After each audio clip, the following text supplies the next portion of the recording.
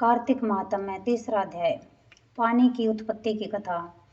सत्यभामा बोली, आप सभी काल में व्यापक और सभी काल आपके आगे समान हैं। फिर यह कार्तिक मास ही सब मासों में श्रेष्ठ क्यों है? सब तिथियों में एकादशी तथा सब मासों में कार्तिक मास को ही आप अपना प्रिय क्यों बताते हो? इसका कारण कहिए। भगवान कृष्ण बोले कि हे प्रिय, तुमने मुझसे बहुत अच्छी बात पूछी है। सुनो, मैं तुमको इसका कारण बतलाता हूँ, ध्यान से सुनो। इसी प्रकार एक बार महाराज बैन के पुत्र राजा पृथु ने प्रश्न के उत्तर में देव ऋषि नारद से प्रश्न किया था और श्री नारद जी ने उसे कार्तिक मास की महिमा बतलाई थी। राजा पृथु के प्रश्न के उत्तर में देव ऋषि नारद ने कहा था कि हे राजन, एक समय शंख नामक एक राक्षस बड़ा बलवान और अत्याचारी हो चुका था। उसने अपने अत्याचारों से तीनों लोगों को कंपायमान कर दिया था। उस शंखासुर ने स्वर्ग में रहने वाले देवताओं को जीतकर इंद्र आदि 10 लोकपालों के अधिकारों को छीन लिया। उससे डरकर सभी देवता सुमेरु पर्वत की गुफाओं में कुटुंबियों के साथ बहुत दिनों तक छिपे रहे। वे सुमेरु पर्वत की गुफाओं में निश्चित होकर रहने लगे।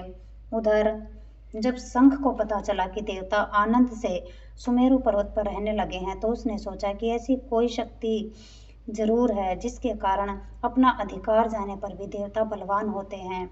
यह सोचते सोचते वह इस परिणाम पर पहुंचा कि वह सब वेद मंत्रों के बल से ही बलवान हो रहे हैं। अगर इनसे वेद छीन लिए जाए तो वह अपने आप निर्बल हो जाएंगे। देव ऋषि नारद बोले कि ऐसा सोचकर असुर शंख ने भगवान विष्णु को सोते हुए देखकर सत्यलोक में वेद चुराने के लिए पहुंचा।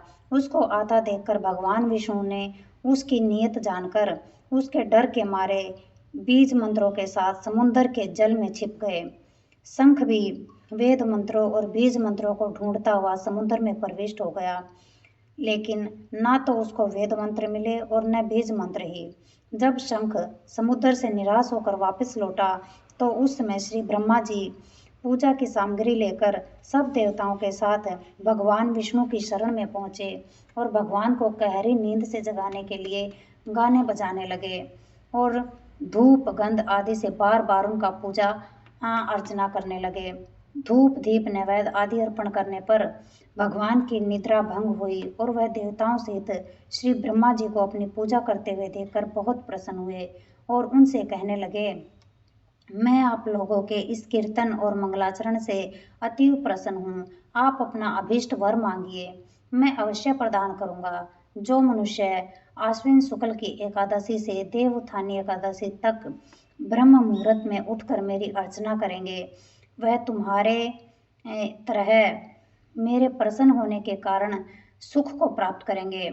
यह जो पाद्य अर्घ्य आचमन और जल आदि सामग्री आप लोग मेरे लिए लाए हैं, वह अनंत गुणों वाली होकर आपका कल्याण करेगी। शंख जो वेद चुरा कर ले गया है, सब के सब समुद्र में ही है। मैं उस शंखासुर को मार कर ले आता हूँ।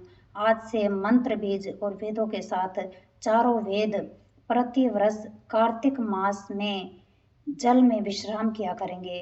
अब मैं मछली का रूप धारण करके समुद्र में जाता हूँ और आप लोग भी ऋषि महर्षियों को साथ लेकर मेरे साथ चले। जो कार्तिक मास में पहली रात्रि पहले स्नान करते हैं, वे निश्चय ही अक्षय फल को पाते हैं। वह अक्षत में अमृत स्नान का फल प्राप्त करते हैं।